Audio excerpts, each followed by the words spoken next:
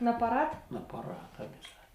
Парад 9 мая 98-летний Генрих Гаврилов ждет с особым трепетом. Для него это самый любимый праздник. Уже приготовил пиджак, увешанный орденами и медалями. Ему было 16, когда началась война. Все сидим, и где-то приблизительно к 12 часам прибежал милиционер.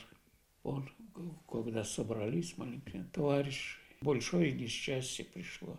Началась война.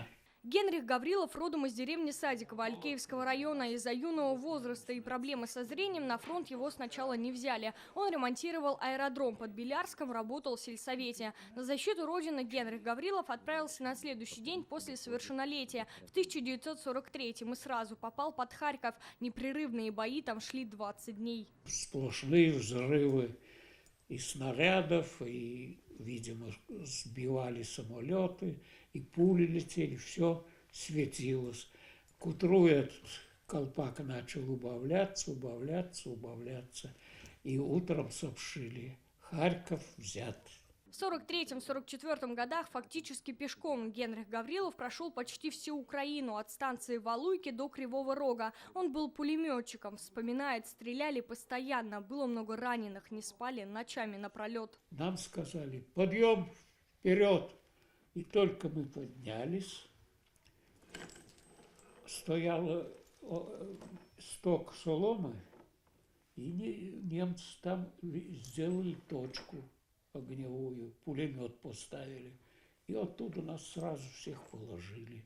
Ну, после этого поднимать нельзя, нас всех расстреляют. Командир нашего взвода, старшина, говорит: я буду стрелять из этого ружья.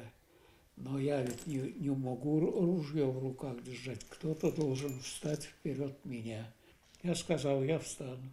Я думал, что я раз пришел защищать Родину, я должен ее защищать. В ноябре 1944 года под Кривым Рогом, находясь под прицелом немецких солдат, Генрих Гаврилов спас боевого товарища. Человек кричит: помогите, я ранен, ползти не могу.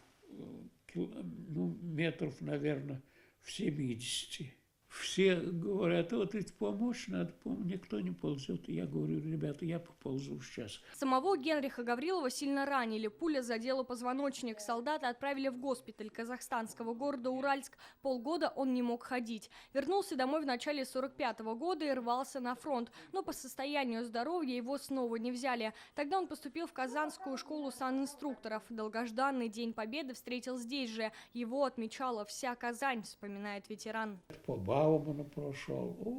На Баумана народ обнимаются, целуются, песни поют, пляшут, и гармонии, и духовые оркестры. После войны Генриха Гаврилова наградили орденом славы 3-й степени. Всю жизнь проработал на заводе имени Серго. Мечтает встретить свой 100-летний юбилей и отправиться на парад Победы. Алена Струминская, Данил Филатов, ТНВ, Зеленодольск.